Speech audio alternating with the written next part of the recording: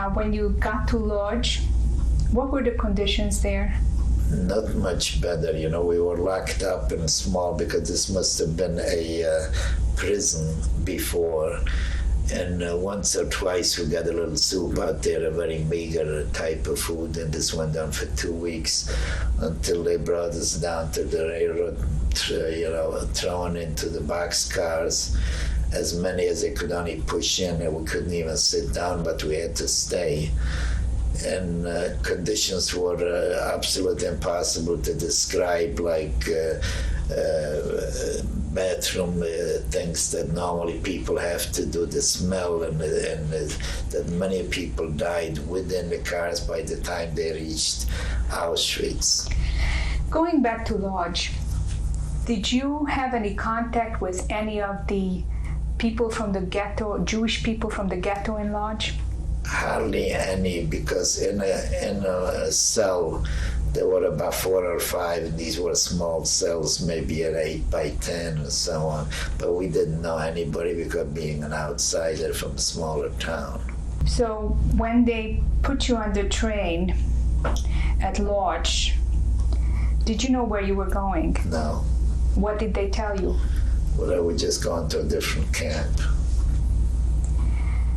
You mentioned the conditions in the wagons, the cattle wagons. Yeah. How long did it take you to get to Auschwitz? About a day and a half. Once you got there, do you recall the scene on arrival? Oh, yes.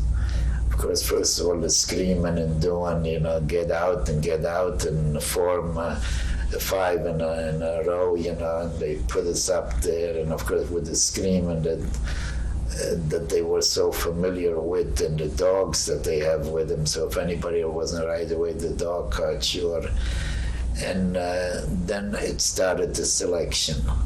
As a matter of fact, I don't know exactly, because I didn't know who he was. Mengele was there too with the others, and it was the usual left and right. Whoever was younger, they put in one place, which I was only about 16 or 17.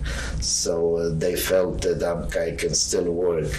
But mothers and kids and elderly people were on one side, and whoever was capable to work was followed on the other side. But no one knew where he is gone or what that whole thing is about. As a matter of fact, many of the family that didn't want to be separated even begged to go on the other side with his wife and so on, not even realizing that this is a side that goes to the crematorium. Who was with you at that time? Anybody you knew? From my little town, a couple of friends that we lived together, but that's all. I don't know family.